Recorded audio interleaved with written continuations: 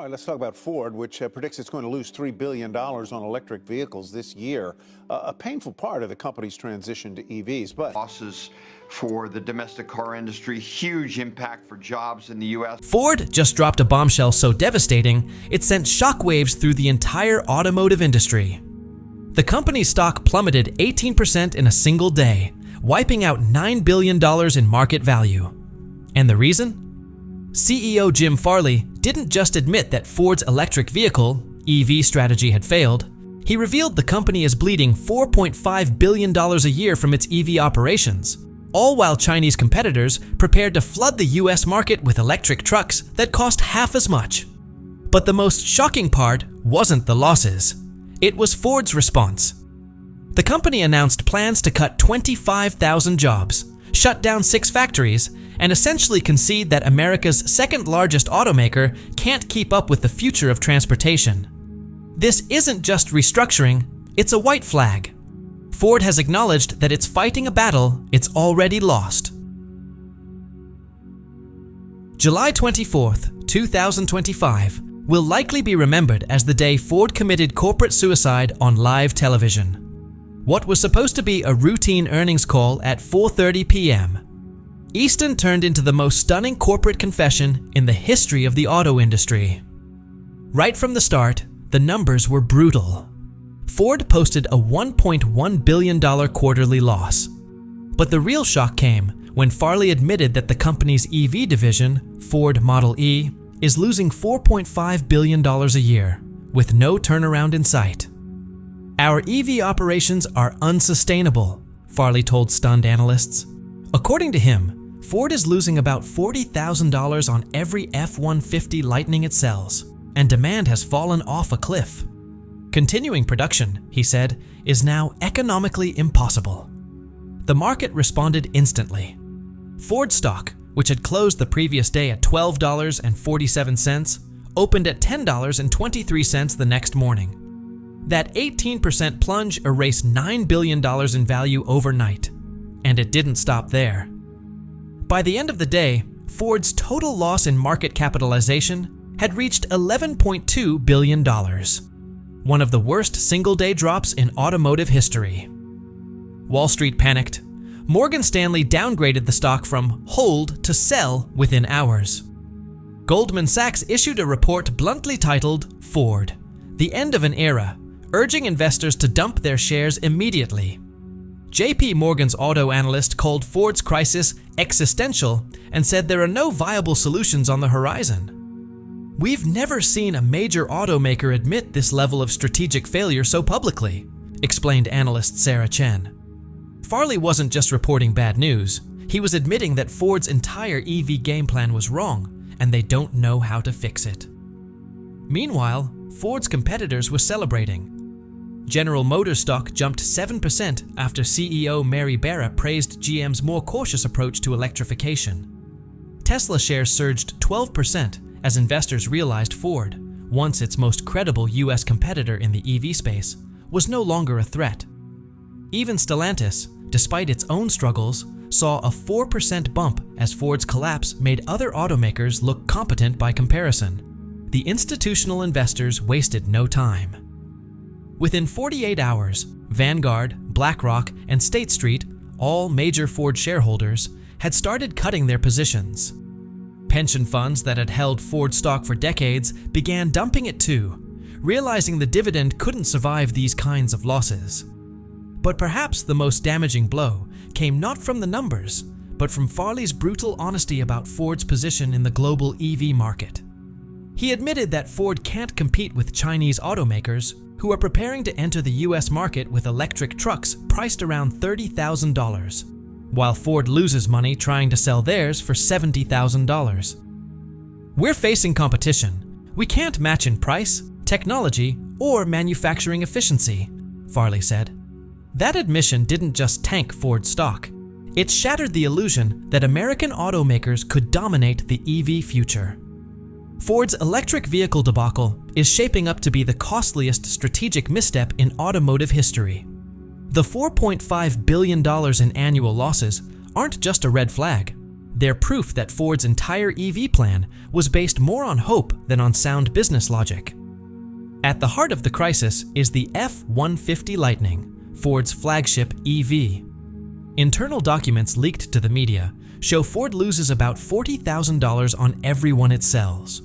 With production costs at around $110,000 and average sale prices closer to $70,000, Ford is effectively paying customers to take them off the lot. "That's not a business strategy, it's corporate suicide," said former Ford executive David Park, and it doesn't stop with the Lightning. The Mustang Mach-E has been another costly mistake. Despite aggressive marketing, deep dealer discounts, and $12,000 cashback offers, sales plummeted 47% in 2024. Ford is even offering 0% financing and free charging, but customers are still choosing the more expensive Tesla Model Y over the Mach-E. Then there's the battery factory disaster. Ford invested $7 billion into battery production facilities in Kentucky and Tennessee, expecting to build batteries for 600,000 vehicles annually. But actual production supports fewer than 150,000, meaning Ford built 4 times more capacity than it can use. Customer confidence in Ford's EV technology is also unraveling.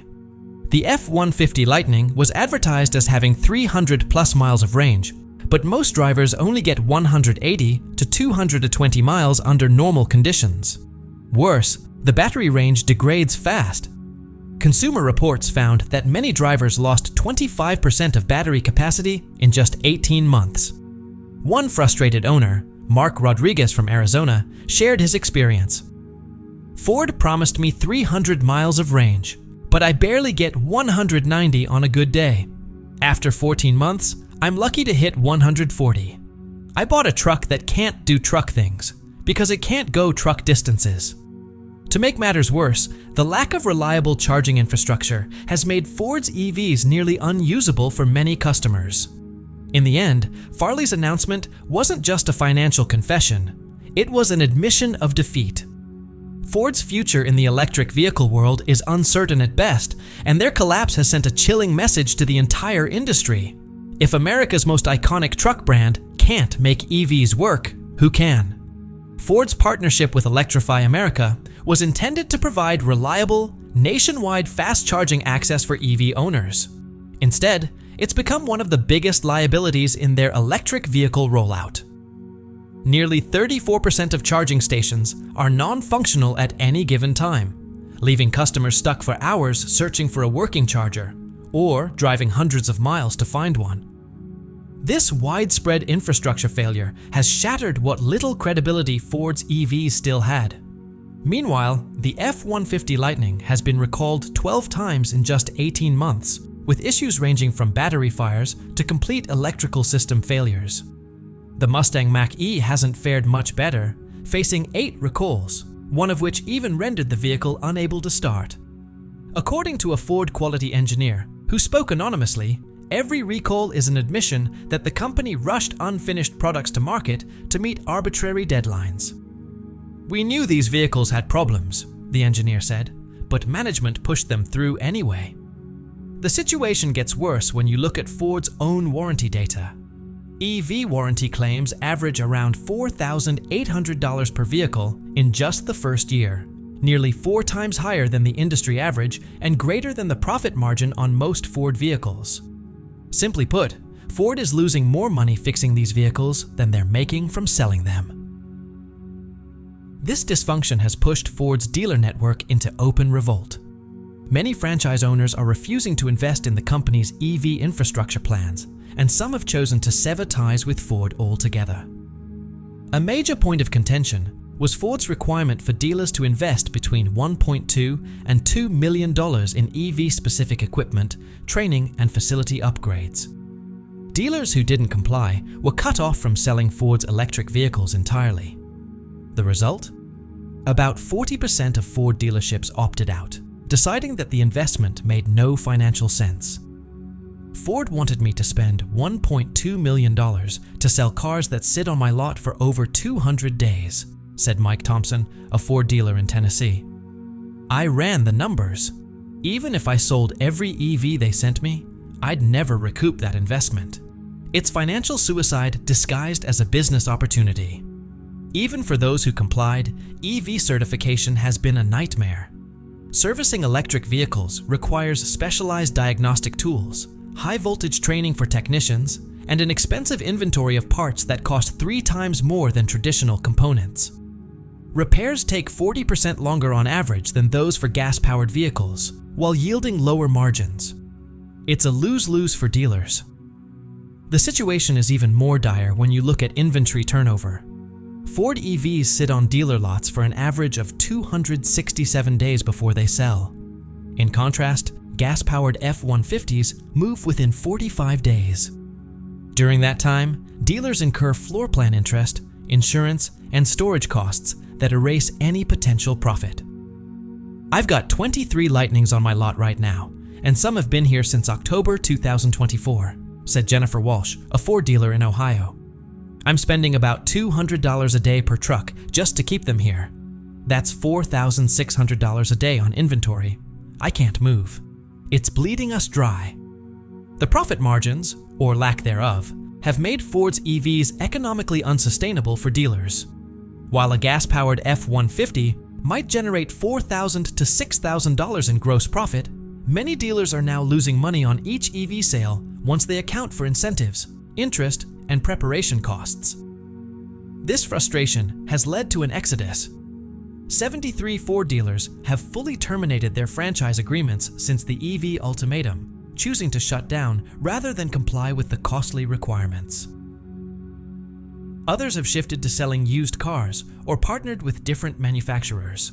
I've been a Ford dealer for 31 years, said Carlos Rodriguez from Texas, but I just couldn't afford to keep going.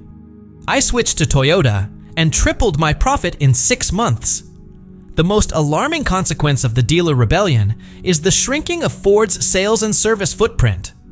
With 40% of dealers refusing EV certification and others abandoning the brand altogether, massive service and support gaps are emerging, especially in rural areas, where customers may be hundreds of miles from the nearest certified Ford EV dealer. This is especially damaging for a company that has long relied on its expansive dealer network for nationwide reach. The F-150 Lightning, which was supposed to be Ford's EV crown jewel, has instead become its most expensive product failure. It's not just losing money, it's damaging the legacy of America's best-selling truck. Each Lightning sale costs Ford around $40,000 in losses. That's not a rounding error. It's a reflection of broken economics. With production costs topping $110,000 and average selling prices around $70,000, Ford is effectively paying customers to drive their trucks. This isn't a pricing strategy, it's financial suicide, said automotive analyst Dr. Sarah Chen. The Lightning loses more money per unit than most vehicles cost to build. Ford is bleeding cash and calling it market penetration. You can't lose $40,000 per vehicle and still claim you're building a viable business. As a result of the collapsing demand, Ford has scaled back production. Its Dearborn-based Rouge Electric Vehicle Center, which cost $700 million to construct, is now operating at just 23% capacity. Weekend shifts have been suspended, and 1,400 Lightning workers have been laid off. On top of that, the recalls keep coming. 12 safety-related recalls in 18 months have all but erased consumer confidence in the Lightning. One particularly serious recall involved 47,000 trucks that could suddenly lose power while driving, leaving drivers stranded without steering or brakes. My Lightning died in the middle of rush hour on I-75, said Mark Rodriguez, a Ford customer from Michigan. No warning, no power steering, no brakes. It just shut down. Ford's response? Tow it to the nearest dealer. The closest one was 40 miles away, and they were booked out for 3 weeks. I felt completely abandoned. For a company like Ford, whose reputation was built on reliability and long-term dealer relationships, this is uncharted territory. The company's EV strategy hasn't just failed, it's actively dismantling the core foundations of its business. Recent consumer satisfaction surveys paint a grim picture for Ford. A staggering 67% of F-100 Lightning owners say they wouldn't buy another Ford vehicle, citing persistent reliability issues, range anxiety, and poor service experiences. This is the highest customer defection rate ever recorded for any Ford product. The resale market has only added to the pain. Vehicles that originally sold for $70,000 are now worth just $38,000 after 1 year, a 45% depreciation rate that wipes out customer equity and makes leasing virtually impossible. Used car dealers say Lightning trade-ins sit on their lots for months with no takers. This collapse in resale value has devastated Ford's ability to compete in the fleet and commercial sectors, previously one of its most critical markets for the Lightning. Fleet buyers who were expected to drive Lightning sales are now walking away. Companies like UPS, FedEx, and Amazon have canceled their Lightning orders, citing issues with range, reliability, and service. "We tested 50 Lightnings for our fleet," said one logistics executive who spoke anonymously. They suffered from rapid range degradation, charging problems, and endless recalls. "We switched to Rivian and haven't looked back." Ford's own internal warranty data underscores the severity of the problem. Lightning warranty claims average $6,200 per vehicle in just the first year, the highest among all Ford products and more than the profit the company earns on most of its vehicles. Ford is now spending more on repairs than it makes from selling each truck. This isn't just about one failed model, it reflects a deeper issue: Ford's inability to design and produce electric vehicles that are competitive, reliable, and affordable. The company's latest announcement revealed a hard truth that US auto executives have long tried to avoid. Chinese automakers aren't just competing with Ford, they're poised to completely dominate. The most immediate threat comes from BYD, China's EV powerhouse. Their electric pickup truck, launching in Mexico in early 2026, will offer 280 miles of range, advanced AI integration, and a price tag of just $28,000. That's $42,000 less than Ford's Lightning, with similar or superior features. BYD isn't just building cheaper trucks, said automotive analyst Dr. Robert Chen. They're building better ones, for significantly less. This isn't competition. It's a slow-motion extinction event for legacy automakers. The gap isn't limited to price. BYD is pulling ahead in technology as well. Their trucks support 3-minute battery swaps, 500 kilowatt dual-port fast charging, and AI systems capable of real human interaction. Ford offers none of these features, not now, and not in any near-term product roadmap. The Lightning is already outdated before these Chinese trucks even hit US roads. The manufacturing advantage is just as striking. BYD controls roughly 75% of its supply chain, from lithium extraction to final assembly. Ford, on the other hand, relies on a vast and fragmented network of third-party suppliers. That dependence limits Ford's ability to control quality, reduce costs, or accelerate innovation. Ford assembles trucks using parts from dozens of other companies, said former Ford executive David Park. BYD builds every component themselves, from raw materials to the software. When your competitor controls the entire supply chain, and you control almost none, you've already lost the race. Tariffs were supposed to protect American automakers, but even they are proving ineffective. Despite a 100% import tariff on Chinese vehicles, BYD is setting up manufacturing operations in Mexico, just a 90-minute drive from the Texas border. These facilities will allow BYD to sell vehicles across North America while dodging US tariffs and retaining their cost advantage. This Mexico strategy is a masterstroke in global trade positioning. BYD's new plant in Tijuana will begin producing 200,000 vehicles annually in 2026, with more factories planned for Monterrey and Guadalajara. These aren't mere assembly lines. They're full-scale manufacturing hubs designed to flood the US market with affordable, high-tech EVs. And here's the most terrifying part for Ford. These Chinese trucks will reach American consumers within 18 months. Ford's next-generation Lightning? That won't arrive until 2028. By then, BYD will have already built up dealership networks, service infrastructure, and brand loyalty that Ford may never be able to catch up with. Internal Ford documents leaked to Automotive News confirm how serious the threat is. The company's own assessment states that BYD and other Chinese EV makers pose an existential threat to Ford's North American operations. The conclusion was clear. We cannot compete on price, technology, or manufacturing efficiency. The resulting market share loss will be catastrophic and irreversible. The most sobering admission came directly from CEO Jim Farley. We are up against competitors who can build better products for half our cost. This is not a temporary setback. It's a structural disadvantage that threatens our very survival. Ford's reckoning with Chinese EV competition isn't a warning about the future.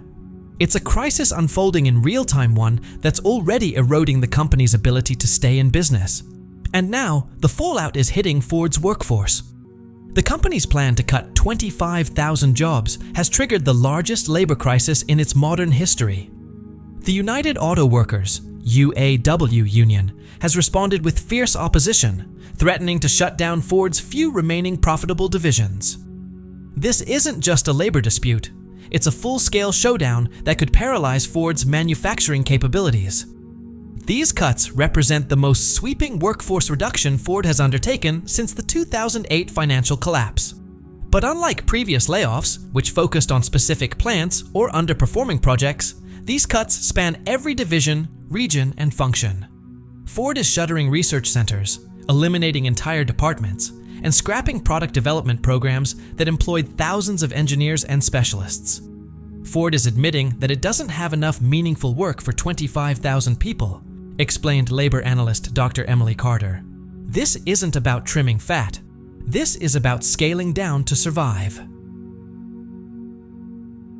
Amanda Foster summed it up best. When a company cuts 15% of its workforce all at once, it's not an efficiency move, it's a signal of managed decline. The United Auto Workers, UAW union, responded quickly and forcefully. UAW President Shah Feyain described Ford's announcement as a declaration of war against American workers and warned that immediate strike action would be taken at Ford's most profitable facilities. The union is demanding a full reversal of the layoffs, continued pension funding, and guarantees for the job security of remaining workers. Adding to the devastation, Ford has announced the permanent closure of 6 manufacturing facilities, including the Chicago assembly plant, the Ohio assembly plant, and 2 engine production plants in Michigan. These aren't temporary idlings, Feyain explained at a press conference. These are permanent shutdowns that will devastate communities that have relied on Ford jobs for generations. Ford is walking away from American workers to chase cheaper labor in Mexico and China.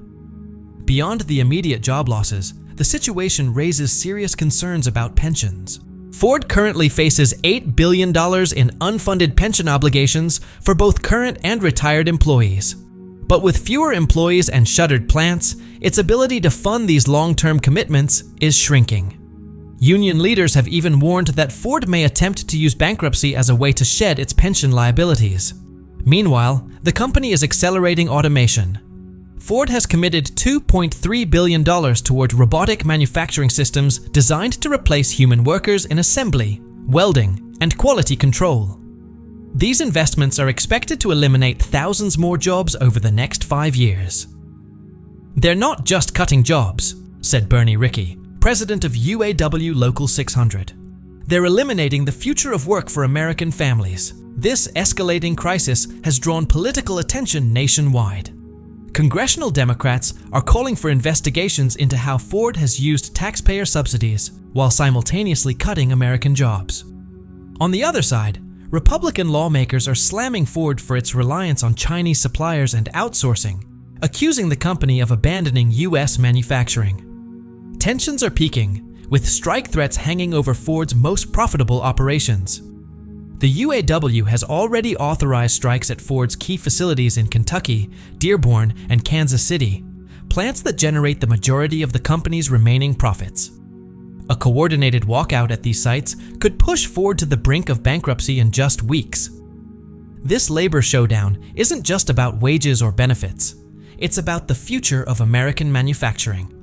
Can the auto industry transition to electric vehicles without sacrificing the workers who built it? Ironically, As Ford struggles with its EV business, it's now pivoting back to internal combustion engines and hybrid vehicles.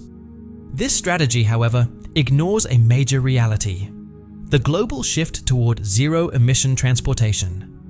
Many international markets are introducing regulations that will phase out gas-powered vehicles within the next decade. Doubling down on combustion engines in 2025 is like investing in typewriters during the computer revolution, said automotive strategist Dr. Sarah Chen. It's a short-term fix that ignores long-term market trends. Ford's so-called efficiency improvements are also eroding its capacity to innovate. The company has slashed its research and development budget by 34%, delayed new product timelines by 18 months, and eliminated entire engineering teams responsible for future technologies. These cuts may help Ford's balance sheet in the short term, but they're also dismantling the company's ability to compete in the long run.